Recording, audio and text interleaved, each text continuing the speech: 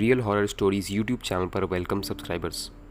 और आज वापस आ गया हूँ एक नई स्टोरी के साथ। तो बिना टाइम वेस्ट किए आइए चलते हैं कहानी की ओर। मेरा नाम बिरजू है और आज मेरा एक डेयरी का बिज़नेस है जो बहुत अच्छा चलता है। लेकिन जानकारी के लिए मैं आपको बता दूं कि मैं बिल्लौर नामक एक गांव से था। मैं आपको बताना चाहता हूं कि मैं जिस गांव से था वहाँ कमाई करने के ज़्यादा खास साधन नहीं थे और ना ही वहाँ कोई भविष्य था। इसीलिए हर साल हमारे गांव से कई सारे लड़के कमाने के लिए शहर चले जाते थे। ऐसे ही साल 2012 में मैं अपने एक खास दोस्त के साथ अपने गांव से नागपुर शहर आया कमाने वास्ते। हमने रहने के लिए किराए का कमरा ले लिया था और 8 दिन के अंदर ही अतुल यानी मेरे दोस्त की नौकरी भी लग गई। लेकिन मुझे कोई काम नहीं मिला। मुझे बहुत चिंता हो रही थी अपने काम की। दरअसल जब मैं गांव से शहर आ रहा था तब मेरे घर वालों ने मुझसे कहा था कि जल्द से जल्द अगर कोई काम ना मिले तो वापस घर आ जाना। और मैं वापस अपने गांव जाना नहीं चाहता था। तो मैंने अपने दोस्त से बोल दिया था कि भाई तू ही मुझे कोई काम दिला दे। मैंने उसको बोल दिया था कि काम कुछ भी हो, कैसा भी हो, मैं करने को तैयार हूँ। तो अतुल ने मेरे लिए काम ढूंढना शुरू किया और करीब 3 से 4 दिन के अंदर ही उसने मेरे लिए नौकरी ढूंढ ली। काम वॉचमैन का था। वो एक 5 माले की बिल्डिंग थी जिसके शुरू के 2 फ्लोर्स पर ऑफिस थे। 3rd फ्लोर खाली था। 4th एंड 5th फ्लोर पे भी ऑफिस थे। मेरी नौकरी 4th फ्लोर पे थी।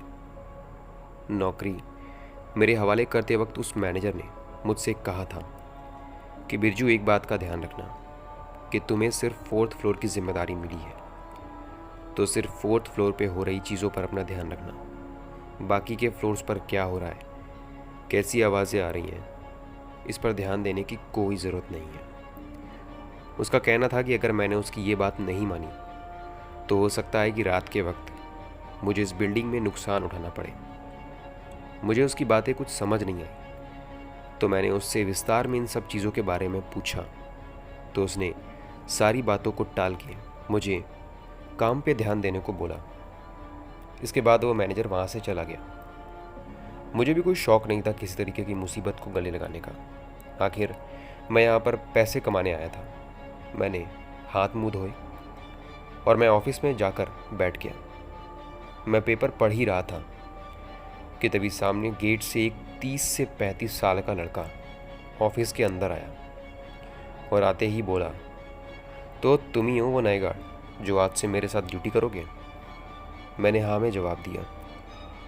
इसके बाद मैं कुछ बोलूँ या पूछूं उसके पहले ही उसने बताया कि वो यहाँ का पुराना गार्ड है। उसका नाम अंकुश है और वो पिछले 7 सालों से यहाँ काम कर रहा है। मैंने मनी मन सोचा कि कमाल है, मैनेजर ने तो मुझे इसके बारे में कुछ नहीं बताया था। फिर मैंने इन सब बातों को ज़्यादा सीरियसली नहीं लिया। हम दोनों ने बैठ के कुछ देर बातचीत करी, एक दूसरे के बारे में जाना। उसके बाद हम दोनों ने डिसाइड किया कि कुछ देर मैं ड्यूटी कर लूँगा तो वो सो लेगा, वहीं कुछ देर मैं सो लूँगा तो वो ड्यूटी कर लेगा।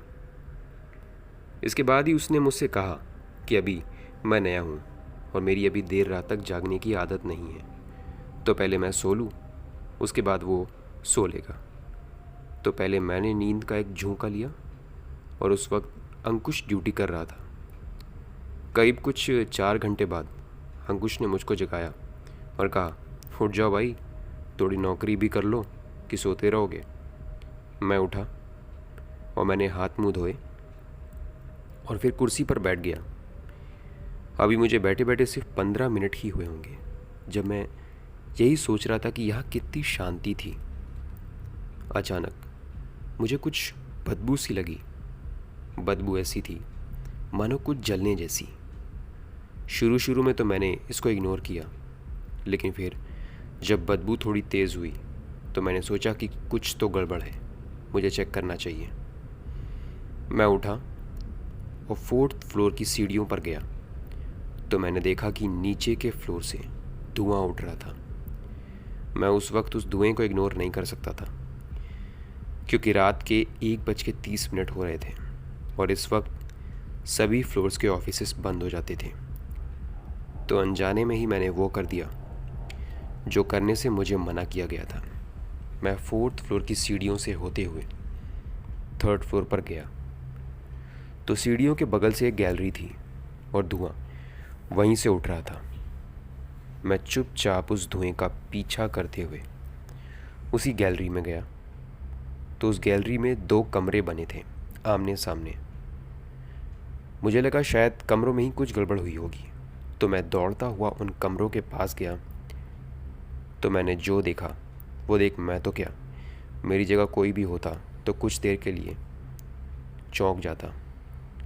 दरअसल कमरों के गेट पे ताला लगा था, दोनों कमरों के, और धुआं गेट के नीचे से रह रह के आ रहा था। मैं ये सब समझने की कोशिश कर ही रहा था कि तभी अचानक न जाने कैसे मेरी आंखें भारी होने लगीं और मेरे कदम अपने आप लड़खड़ाने लगे। खुद को संभालता हुआ मैं अपनी आंखों को रगड़ता हुआ उठा तो मैं एक बार फिर चौंका। दरअसल पूरी गैलरी बिल्कुल साफ़ सुथरी पड़ी थी। अभी थोड़ी देर पहले जो गैलरी धुआं धुआं हो रखी थी वहाँ अब धुआं तो छोड़ो, धुएं का एक तिनका भी नहीं था। अचानक मुझे याद आया कि आज जॉब के पहले दिन ही मेरे मैनेजर ने मुझसे कहा था कि बिरजू तुमको सिर्फ 4th फ्लोर की जिम्मेदारी मिली है, तो सिर्फ 4th फ्लोर पर ही अपना ध्यान रखना। बाकी के फ्लोर्स पर क्या हो रहा है, किस तरह की आवाज़ें आ रही हैं, इस पर ध्यान देने की कोई ज़रूरत नहीं है अगर अपनी भलाई चाहते हो तो।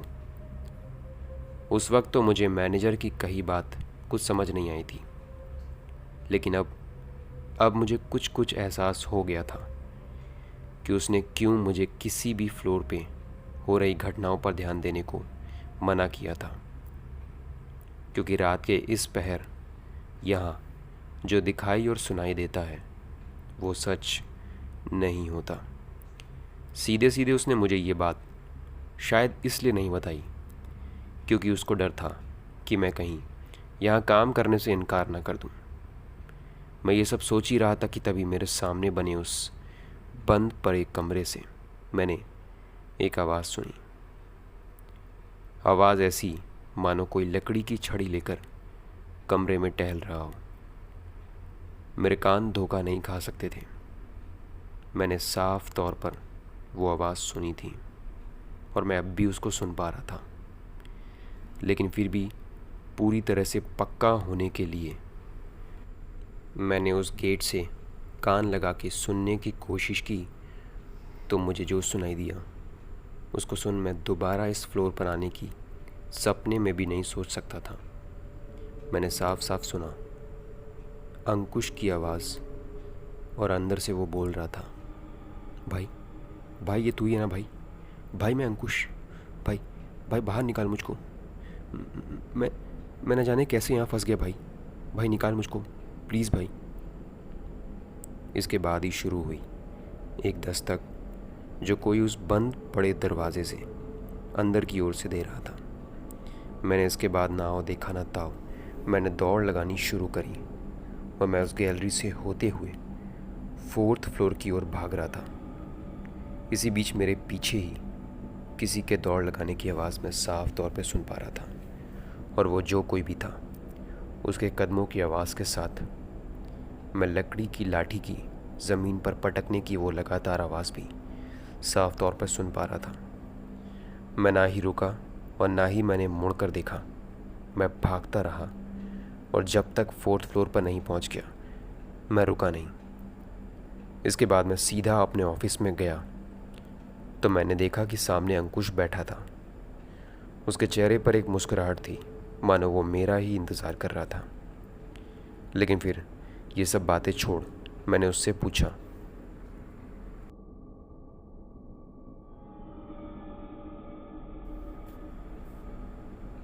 कि अंकुश तू तो सोया हुआ था?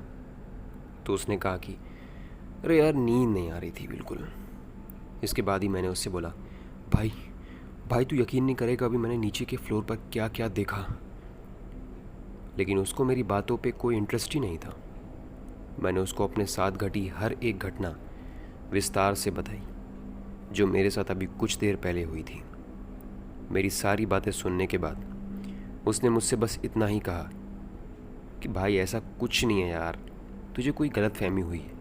अबे अबे तू खुद ही सोच, मैं तेरे सामने बैठा हूँ अभी, तो मैं नीचे कब जाऊँगा और मैं खुद को ही दरवाजे में बंद करके तुझसे मदद मांगूंगा। अबे भाई बेवकूफ़ी की भी हद होती है। रात के वक्त मैं ऐसा मजाक नहीं करूँगा तेरे साथ। मुझे अब बहुत गुस्सा आ रही थी। मतलब मेरे साथ इतना कुछ हुआ था और उसे उसे मेरी बातों पे यकीन ही नहीं था। मैं गुस्से में ही अंकुश का हाथ पकड़कर उसको ये बोलता हुआ बाहर लाया कि तुझे मेरी बातों पे यकीन नहीं है ना, चल चल तू नीचे मेरे साथ चल, तेरे को अभी दिखाता हूँ। मैं उसको लेके ऑफिस के बाहर आया ही था कि अचानक ऑफिस से एक आवाज़ आई। आवाज़ ऐसी मानो किसी ने दरवाज़ा बंद किया हो। मैं उस वक्त इतना डरा हुआ था कि हर छोटी से छोटी आवाज़ मेरा ध्यान अपनी तरफ खींचने को काफ़ी थी।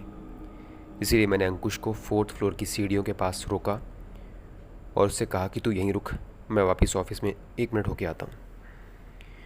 मैं ऑफिस में गया तो मैंने देखा कि ऑफिस के बाथरूम के गेट पर कुंडी लगाता हुआ अंकुश बाहर आया और उसकी आंखों में नींद थी। और तभी वो उबासी लेता हुआ मेरी तरफ मुड़ा और मुझसे बोला, भाई इतनी रात को किससे बात कर रहा है?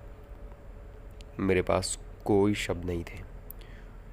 उस वक्त मैं एक तरफ उसको देखता तो एक तरफ ऑफिस के बाहर झांक के देखता।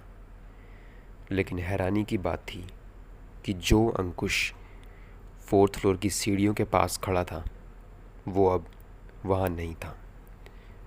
और अंदर खड़ा अंकुश मेरे पास आया और मेरे कंधे पर हाथ रखते हुए बोला, अबे ओ, क्या हुआ?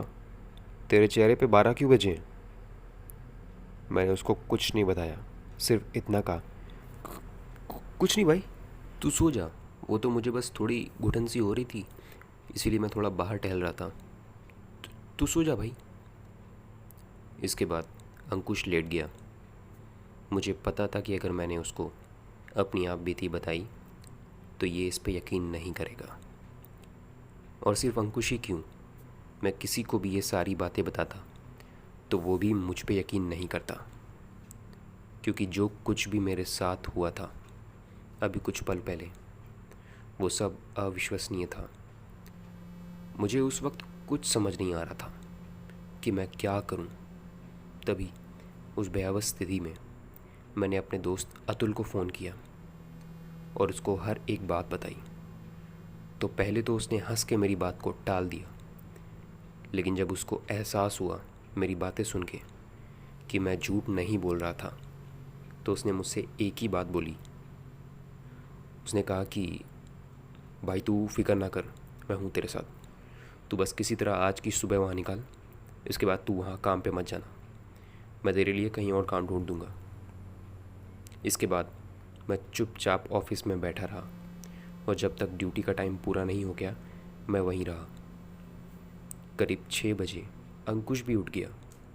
मैंने उसे अपने साथ घटी किसी भी घटना का जिक्र नहीं किया था, लेकिन अंकुश बातों ही बातों में एक अजीब बात का जिक्र मुझसे कर बैठा। वो बोला कि मैं पिछले 5 सालों से इस ऑफिस में वॉचमैन हूँ और मैं खुद इस बात का गवाह हूँ कि यहाँ सिक्योरिटी गार्ड की नौकरी करने तो कई लोग आए हैं, लेकिन 5-10 दिन से ज़्यादा कोई यहाँ टिक नहीं पाया। जब मैंने उससे इसका कारण पूछा तो उसने बात घुमा दी। खैर किसी तरह 9 बजे और टाइम पूरा होते ही मैंने हाथ मुँह धोए और मैं बिल्डिंग से बाहर निकल ही रहा था जब मैंने सोचा कि अंकुश को भी साथ लेता चलूँ। तो मैंने उससे पूछा, अबे ओ, टाइम हो गया भाई, घर नहीं चलना तेरे को? तो वो बोला कि तू चल, मैं ज़रा बाथरूम होके और फ्लोर की लाइट वगैरह बंद करके आता हूँ। मैंने उससे कहा कि ठीक है, तू जल्दी आ जा, मैं नीचे वेट कर रहा हूँ तेरा। और फिर मैं बाहर आ गया। मुझे बाहर खड़े हुए 5 मिनट हो चुके थे, लेकिन अंकुश अभी भी नहीं आया था। तभी मैं सोचा कि जब तक वो आता है मैं एक सिगरेट पी लेता हूँ। वहाँ पास ही में एक गुमटी थी, मैं वहाँ जाके एक सिगरेट पीने लगा और मैं सिगरेट पीता हुआ उसका इंतज़ार करने लगा। मेरी सिगरेट भी ख़त्म हो गई थी, लेकिन अंकुश अभी भी नहीं आया था। खुद से बातें करता हुआ ही मैं थोड़े गुस्से के साथ बोला, अरे यार क्या हो गया, कहाँ रह गया ये, अभी तक नहीं आया। तभी गुमटी में बैठा वो लड़का अचानक मुझसे पूछ बैठा, अरे साहब क्या हुआ, किसी का इंतज़ार कर रहे हो क्या?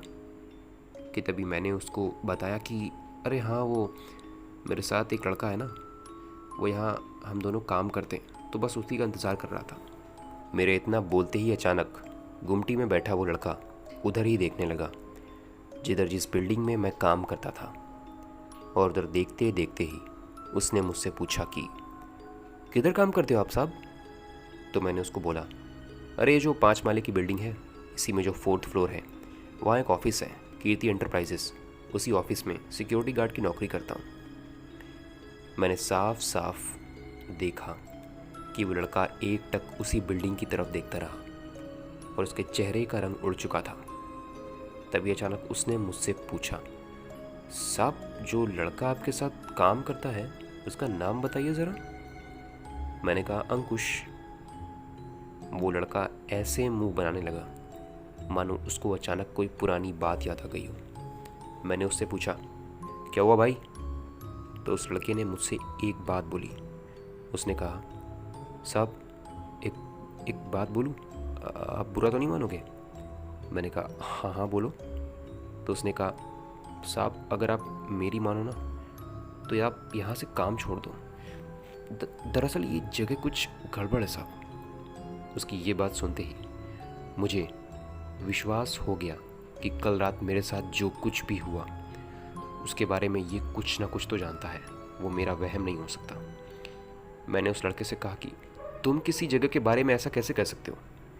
तो उसने बोला, साहब मैं ऐसा इसलिए बोल रहा हूँ क्योंकि मैंने खुद इस चीज़ को देखा है कि जो कोई भी इस बिल्डिंग में उस ऑफिस में काम करने आया है वो ड्यूटी ज्वाइन करने के हफ्ता 10 दिन से ज़्यादा रुक नहीं पाया यहाँ पे। और तो और साहब, उन सभी लोगों की एक ही शिकायत थी कि उन सभी को रात के वक्त इस बिल्डिंग में कुछ ऐसी घटनाओं का अनुभव हुआ जो ना किसी को बताने लायक थी, ना ही विश्वास करने लायक। मैंने इतना सुनते ही उस लड़के से कहा, हाँ हाँ मेरा मैनेजर भी ऐसा ही कुछ बता रहा था, लेकिन मुझे उसकी बातें समझ नहीं आई। तो इसके आगे उस लड़के ने मुझे बताया कि साहब ये ऑफिस आज से करीब 7 साल पहले यहाँ पे खुला था और उसी वक्त एक लड़के ने एज अ सिक्योरिटी गार्ड यहाँ पे ड्यूटी ज्वाइन करी थी। शुरू के 2 साल तो उसने बहुत अच्छे से और लगातार यहाँ पर काम किया, लेकिन तीसरे साल ही जून के महीने में रात को ड्यूटी करते वक्त बड़े ही रहस्यमय तरीके से उसकी मौत हो गई। मौत हार्ट अटैक से हुई थी साहब। उसकी मौत के बाद से ही रात के वक्त इस बिल्डिंग में लोगों ने उस लड़के को देखने का दावा किया है।